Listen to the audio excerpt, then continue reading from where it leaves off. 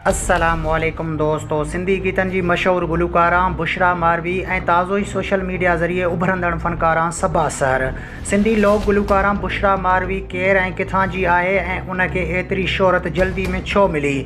छा बुशरा मारवी सबा सहर जियां फ़ाश कम थी कराए, मतलब नाइट बुकिंग ते भी हले थी?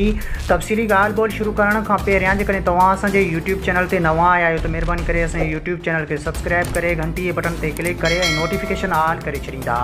सब्सक्राइब करण सां अवां जो बैलेंस कोन वेंदो, पर असांजी काफ़ी हौसला अफ़ज़ाई थींदी ऐं तव्हांखे भी वधीक वीडियोज़ ॾिसण वटां मिलंदा। हलूं था पंहिंजे मेन टॉपिक तरफ़। त सभ खां पहिरियां सिंध जे दरगाहुनि ते पंहिंजे फ़न ऐं मौसीक़ी जी शुरूआत कंदड़ गुलकारा बुशरा मारवी।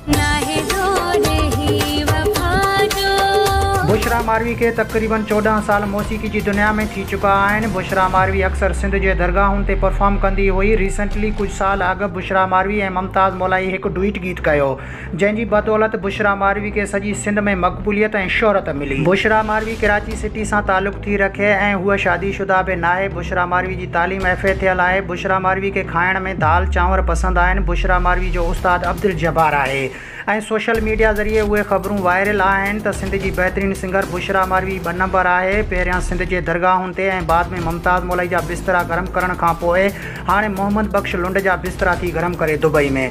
बुशरा मारवी सिंधी सिंगर सबा सहर फनकारी जी आड़ में फ़ाश कम थियूं कराइनि, मतलब बुकिंग ते चंद पैसनि एवज़ नाइट पार्टियूं थियूं कनि। फनकारी त सिर्फ़ु हिकु ॾेखाव ख़ातिर थियूं कनि।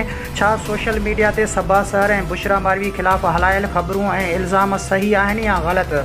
कमेंट्स के ज़रिए असांखे पंहिंजे कीमती राय खां ज़रूरु आगाह कंदा ऐं असांजे चैनल खे सब्सक्राइब करे घंटी जे बटन ते क्लिक करे ऐं नोटिफिकेशन ऑल करे छॾींदा।